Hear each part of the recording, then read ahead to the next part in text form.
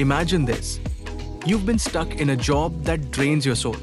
Day in and day out, you're working for someone else's dream, while your own ideas and passions are collecting dust in the back of your mind. So one day, you decide to do it. You quit your job. No savings, no safety net, just a bold decision to finally chase your dream and start your own business. But then reality sets in. The bills keep coming, the stress keeps building, and you start asking yourself, was this the right decision? Or did I just make the biggest mistake of my life? If this sounds like you, stick around. Today, we are diving deep into the world of starting from scratch, building something out of nothing, and finding your path forward, whether you're right or wrong, and how to turn things around if you're struggling. First things first, let's address the elephant in the room. Was quitting your job without savings the right decision? Honestly, it depends on your situation. Let's break it down. If your job was holding you back from pursuing your passion, this could be the step you needed to reclaim control over your life. Maybe you've had this vision for years, a startup idea you just know could work. Or maybe you thrive in uncertainty and love a good challenge. In this case, your decision could be the catalyst for something incredible. Many great entrepreneurs started from nothing. They took risks that seemed crazy at the time.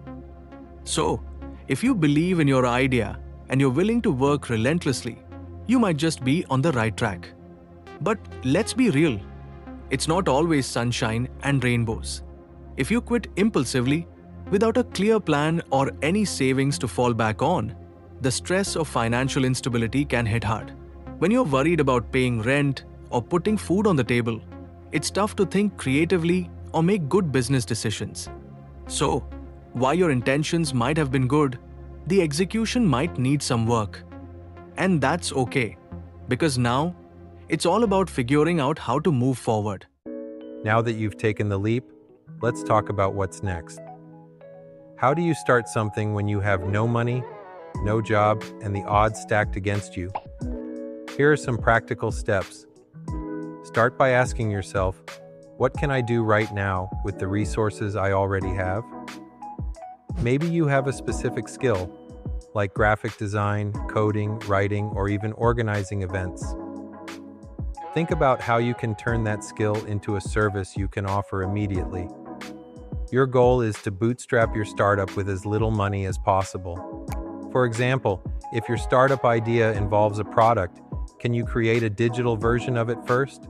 Or if it's a service, can you start offering it to friends, family, or even your social media followers? While you're building your dream, you might need to take on something temporary to pay the bills. And that's okay. There's no shame in picking up part-time work or joining the gig economy while you work on your bigger goals. If you can find freelance or consulting gigs related to your skills, that's even better. Not only will it bring in some income, but it'll also keep you connected to your industry. Here's the good news. You don't need a ton of money to test your startup idea. Start by validating it. Talk to potential customers, create free surveys, or run polls on social media. Find out if people are actually interested in what you're offering. Then, create the simplest version of your product or service, what's often called a minimum viable product or MVP. This helps you test your idea in the real world without spending a fortune. If you're struggling to do everything on your own, consider finding a co-founder who complements your skills.